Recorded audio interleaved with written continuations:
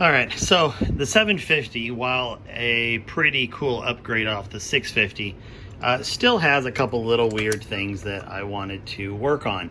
And the major one is this bushing wheel right here. Now, for those that have a 650, there's been a part that you can replace that comes with a ball bearing on most of the replacements. They're aftermarket, but there's a ball bearing here, and that is what helps this piece, as you rotate, move.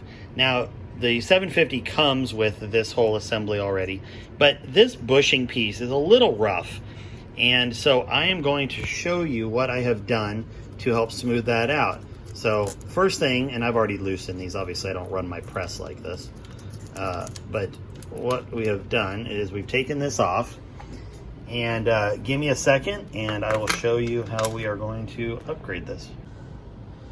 Okay, so the existing bushing is just like this little, I don't even know, brass something with a thread in the middle. And we are going to simply unthread that screw. And you can see that it's like a recessed piece of brass, and then you've got this screw. It's an 8/32 thread, so very readily available. And we are going to put that aside. Now, what I did, well, I guess I shouldn't put it completely aside. What I did is I went to my hardware store. This is a 1/2 inch diameter bearing is what this piece from Dillon is. And I went and found a 1/2 inch sealed ball bearing that matched up. And the interior diameter hole is just a little bit small for the existing bolt. It doesn't go into the hole.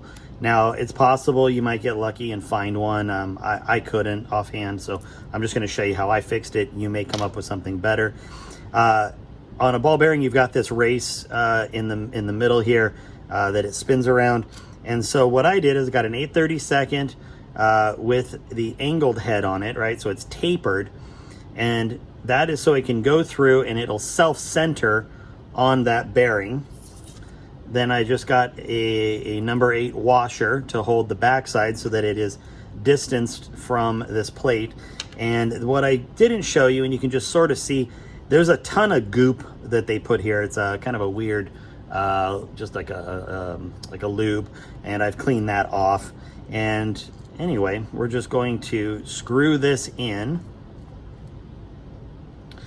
and then and then snug it down.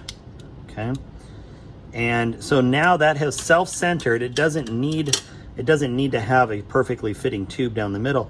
But now I've got this awesome ball bearing on here that is just silky smooth. So let me get it mounted up, and I will show you how that's going to work.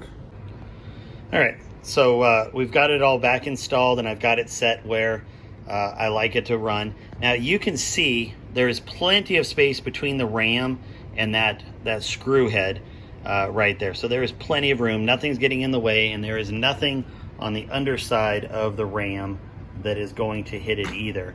And so what's really great is that it's just, it's just silky smooth on that bearing now.